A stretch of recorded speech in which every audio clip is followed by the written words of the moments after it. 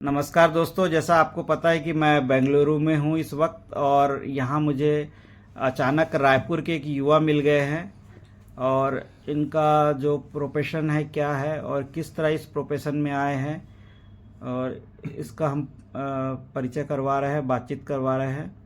तो आप हमारे सामने देख रहे होंगे डॉक्टर पीयूष गोयल जी है और इनसे विस्तार से हम जानेंगे इनका छत्तीसगढ़ कनेक्शन क्या है और अभी ये किस प्रोफेशन से जुड़े हुए हैं। तो पीयूष जी, डोंगरी जी ऑनलाइन पर आपका बहुत बहुत स्वागत है। नमस्कार। नमस्कार रामकृष्ण जी, नमस्कार सबको, मेरा प्रणाम है आप सब छत्तीसगढ़ वासियों को। आपका आशीर्वाद है साथ में मेरे। तो पीयूष जी, पहला प्रश्न तो ये है कि जैसा मैंने आपके बारे में रिसर्च किया कि त्रिनेत्र योगा, आप जी। एक आध्यात्मिक व्यक्ति हो चुके हैं, उस संस्था से जुड़े हुए हैं, आपकी खुद की संस्था है। तो इसके तरफ आपका झुकाव किस तरह से हुआ? क्या बचपन में ही इसके कोई बीज आपके अंदर आ गए थे? जी हाँ रामकृष्ण जी, मैं एक ऐसे परिवार से हूँ जहाँ पे पूजा पाठ को बहुत महत्व दिया गया है शुरू से। हाँ, अध्यात्म में पूरी तरीके से प्रोफेशनली कोई नहीं था, लेकिन हमारी माता जी, हमारे पिताजी, हमारे जो वैल्यू सिस्टम्स हैं वो हमेशा दिए गए, पूजा पाठ और ये सब। बट सन 2000 में मैं बैंगलोर शिफ्ट हो चुका था अपने एमबीए प्रोग्राम के लिए, ग्रेजुएशन के बाद। सो एमबीए करने के बाद काफ़ी मैंने इंश्योरेंस और फाइनेंशियल सर्विसेज इंडस्ट्री में काम किया, रियल एस्टेट डोमेन में काम किया और एक senior level as a general manager sales की पोजीशन से करीबन 30 लाख की सैलरी थी, वो मैंने छोड़ दी थी एक समय पर। तो वहाँ से अध्यात्म की ओर मेरा झुकाव चालू हुआ, क्योंकि मैं एक वैदिक ज्योतिष भी हूँ, एक टैरो रीडर हूँ, एक ऑकल्ट एक्सपर्ट हूँ। तो अपनी खुद की कुंडली भी देखी और मुझे खजाना दिखा अपनी कुंडली में। और जो मेरा रुझान था अध्यात्म में, वो शुरू से था लोगों की मदद करना और अच्छे कर्म करना। तो वो उस चीज़ ने मुझे खींचा अध्यात्म की ओर। तब मैंने अपनी प्राइवेट नौकरी छोड़ दी थी बैंगलोर में। जी। तो अध्यात्म को आपने एक तरह से एक प्रोफेशन के तौर पर ही इसको ये किया है, अडॉप्ट किया है ना? क्योंकि ये आजकल के कॉरपोरेट सेक्टर की एक अनिवार्य आवश्यकता हो गई है कि आध्यात्मिक सेशन रखे जाते हैं कॉरपोरेट ऑफिस में। जी। क्योंकि जो एम्प्लॉयज़ रहते हैं उनको कहते हैं कि एक तरह से स्ट्रेस, तनाव भी रहता है और अगर उनको अधिक ज़्यादा प्रोडक्टिविटी लेना है तो इस तरह के सेशन भी आवश्यक होते हैं। तो किस किस तरह के आप एक्टिविटी वगैरह करते हैं कॉरपोरेट के लिए? जी, हमारा जो रामकृष्ण जी एक्सपर्टीज़ है, मैं त्रिनेत्र योगा का फाउंडर हूँ। इसे मैंने फाउंड किया था कुछ एक साल पहले। और जो वर्ल्ड की सबसे बड़ी संस्था है वर्ल्ड योगा अलायंस, जिसके फाउंडर मेरे गुरु जी हैं, गुरु धर्म, प्यार से उन्हें मास्टर सोनू सिंह भी बोलते हैं। वो फाउंडर हैं वर्ल्ड योगा अलायंस के, जो वर्ल्ड वाइड संस्था है, 72 देशों में मौजूद है।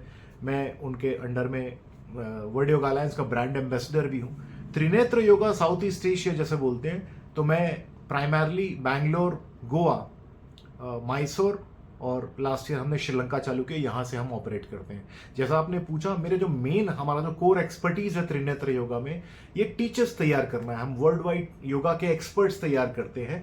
हाँ, हमने कॉर्पोरेट वर्कशॉप और रिट्रीट्स की है, बट हमारा जो मेन फोकस है वो वर्ल्ड वाइड लेवल पे south east Asia, north and south America और यूरोप में योगा के एक्सपर्ट्स तैयार करना और उनको सर्टिफाई करके वर्ल्ड में सिखाने के लिए छोड़ना, ये हमारा काम है सर।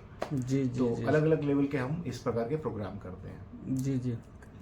तो इसमें आप फ्यूचर में और क्या इसमें उम्मीद कर रहे हैं, क्या आगे आप सोच रहे हैं इस बारे में? सर, हमारा अभी जो मेन उद्देश्य है, गोवा और श्रीलंका को और डेवलप करना, क्योंकि बहुत बड़ा एक हब है, मार्केट है।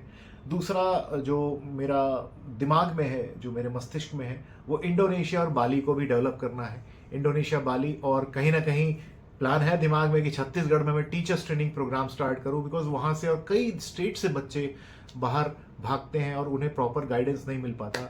ईश्वर की कृपा से Trinetra yoga last year top 10 world के योगा संस्थान में नाम आया और हम कवर पेज पे थे एक इंटरनेशनल मैगजीन के। बहुत कुछ हुआ है सर ईश्वर की कृपा से। तो शायद हमने वो त्याग किया, उसका हमने फल भोगा है। तो अब हम, ये हमारे आगे के फ्यूचर प्लान्स हैं। कोलंबो एक बहुत बड़ा हब है जिसको हम लोग अब डेवलप करेंगे, श्रीलंका को। तो ये तो आपने बहुत अच्छी जानकारी दी कि आपका त्रिनेत्र योगा बहुत अच्छा काम कर रहा है। जी। अच्छा, अब तक जो आपने काम किया है, जितना आपका सफ़र रहा है, कोई ऐसा अनुभव कोई सुनाना चाहेंगे, कोई घटना जो आपको आज भी याद रहती हो, दिल को छू जाती हो आपके? ऐसे सर बोलूँगा तो एक 10 सेकंड में कहूँ तो मेरे पर्सनली एक मैं हूँ और एक मेरी संस्था है त्रिनेत्र योगा, और एक और संस्था एस्ट्रोलॉजी सपोर्ट जिसका मैं बताऊँगा। ऐसे बहुत सारे मेरी लाइफ में चमत्कार हुए और ऑब्वियसली थोड़ी मेहनत की तो पर्सनल लेवल पे अध्यात्म के क्षेत्र में ऑनरी डॉक्टरेट मिले मुझे 6 बार। मेरी संस्था को काफ़ी बार करीबन 90-95 बार नेशनल इंटरनेशनल अवार्ड्स मिले। वो माँ सरस्वती की कृपा है। लेकिन जब मैं इस फील्ड में करीबन 13-14 साल पहले आया और जब मैंने फॉरेनर्स को सिखाना चालू किया, बिकॉज सबसे ज़्यादा फॉरेनर ऑडियंस होते हैं जो टीचर बनने आते हैं। आप यकीन करें ना करें सर, जब ये 21वें दिन ट्रेनिंग खत्म करते हैं तो ओम भूर्भुवस्सुः तत्सवितुर्वरेण्यं भर्गो देवस्य धीमहि धियो यो न प्रचोदयात् यदा यदा ही धर्मस्य ग्लानिर्भवति भारत, वो शायद हमसे भी अच्छा बोल लेते होंगे। तो इनमें इतनी ललक होती है सर, एक एक आसना के नाम, उस आसना का मतलब संधि विच्छेद करके पढ़ना बड़ी डेडिकेशन से। मुझे गूज बम्स आ रहे हैं, बाल मेरे। तो ये और ये लोग रात के 2-2 बजे भी प्रैक्टिस हॉल में प्रैक्टिस करने आते हैं, तो दिन में भी करते हैं। तो एक ये है, और दूसरा जैसा मैं कहूँगा कि वर्ल्ड योगा अलायंस जो विश्व की सबसे बड़ी संस्था है, जिसका मैं ब्रांड एम्बेसडर हूँ, जिनके फाउंडर मेरे गुरु हैं, उनके सानिध्य में मैंने बहुत काम किया है और 18-20 टीचरों का मुझे सहयोग मिला इस फील्ड में। गुरु भी बोल सकते हैं उनको। मैंने कभी नहीं सोचा था, जो मेरा जो एक्सपीरियंस सेकंड रहा कि मैंने एक ऑथर हूँ, तो मैंने एक किताब लिखी है हिंदुइज्म टू मैनेजमेंट। वो मेरी लाइफ का एक ब्रेक थ्रू था, जिससे मैं बहुत मेरी आशा थी कि मैं इसमें कुछ करूं। और सही बोलूं तो मेरे लिए हर कुछ मंत्र मुग्ध करने वाली चीज़ें हुई अध्यात्म के क्षेत्र में। जब मैं पैरेलली वैदिक एस्ट्रोलॉजी, टैरो रीडिंग, ऑकल्ट जिसको बोलते हैं, वास्तु और फेंग शुई, ये मेरा पैरेलल लाइन ऑफ वर्क है। तो बहुत सारी ऐसी चीज़ें घटनाएं हुई कि लोगों का भरोसा बढ़ता गया और हमारा ब्रांड बिल्ड होता गया दिन ब दिन। शायद ईश्वर की कृपा है। बट यही बोलेंगे कि एक जो चीज़ मुझे हमेशा छू जाती है कि जब हमारे फॉरेन ऑडियंस जब यहाँ से टीचर बन के जाते हैं तो वो रोते भी हैं, उन्हें जाने का मन नहीं करता, वो हमें गुरु मानकर ऐसा बोलते हैं कि हम यहीं रह जाए।